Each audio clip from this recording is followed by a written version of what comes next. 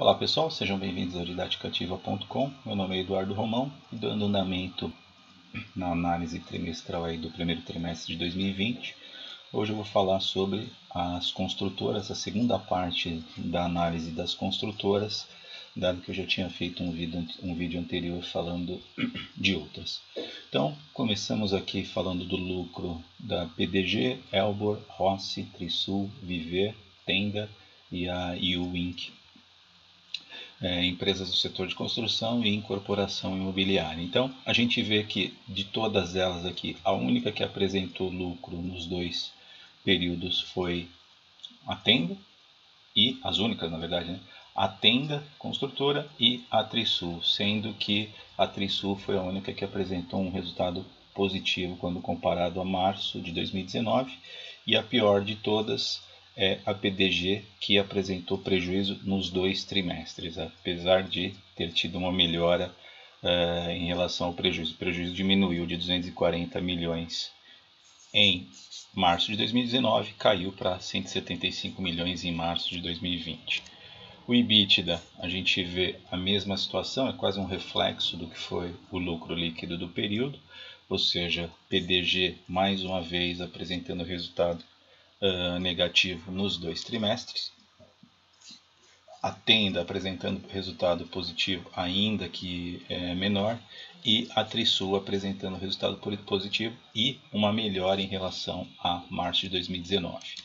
Quando a gente fala de receita, aí a gente fica muito mais claro, muito mais nítida a diferença entre as empresas, e a gente vê que, mais uma vez, PDG vendeu menos em 2020 do que em 2019, só que a gente já tem algumas surpresas um pouco mais diferentes de outras empresas. Elbor teve um resultado positivo, Trisul teve um resultado positivo, ou seja, vendeu mais em 2019 do que em 2020. Desculpa, a Trisul aqui teve uma pequena queda, mas Construtora Tenda e o Inc. venderam mais em 2020 do que em 2019, o que mostra aí um certo alívio ou uma notícia positiva na análise das construtoras. Falando de fluxo de caixa operacional, a situação da Elbor é a mais positiva entre as empresas, gerou 127 milhões de caixa ao longo desse trimestre, fez investimentos de 250 milhões e captou dívidas aí no montante de 256 milhões. Como eu já disse em outros vídeos, fluxo de caixa operacional sempre tem que ser positivo na medida do possível, e em alguns momentos, ou dependendo da sua sazonalidade do ano, ele pode ser negativo. Os investimentos normalmente eles são em aquisições de itens do ativo permanente ou investimento em aplicações financeiras. E a linha de fluxo de caixa de financiamento corresponde a, quando positivo, captações de dívida ou aporte dos acionistas, quando negativo, pagamento de dívida ou pagamento de dividendos, sendo que aqui é uma posição líquida, então a gente pode ter as duas situações, pagando dívida e captando dívida, recebendo aporte de acionista e pagando dividendo. Essas situações podem acontecer. E por último, só para a gente finalizar então os montantes aí de quais são as maiores endividadas ou quais são as maiores do ponto de vista de ativo fixo. Aqui uma situação um pouco estranha, diferente, mas totalmente possível. A dívida bruta da PDG é de 3 bilhões de reais e os seus ativos totais são de 1 bilhão e 800 mil reais, o que significa dizer que o patrimônio líquido dela é completamente negativo. Essa situação, vejam que é possível, mas não é naturalmente recomendável.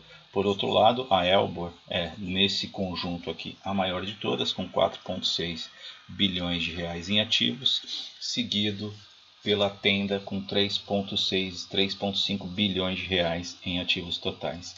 E aqui uma última informação importante, até a gente está fazendo análise trimestral de todas as empresas, imaginando que elas já divulgaram as suas informações sobre o primeiro trimestre, mas a Elbor ainda não fez a declaração, não fez a divulgação dos seus resultados trimestrais de março de 2020. Essa análise que a gente está fazendo, então, com a Elbor é em relação ao quarter de dezembro de 2019 versus setembro de 2019.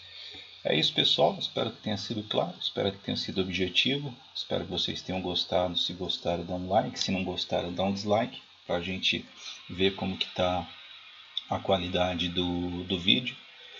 E a gente se vê nos próximos vídeos. Um abraço.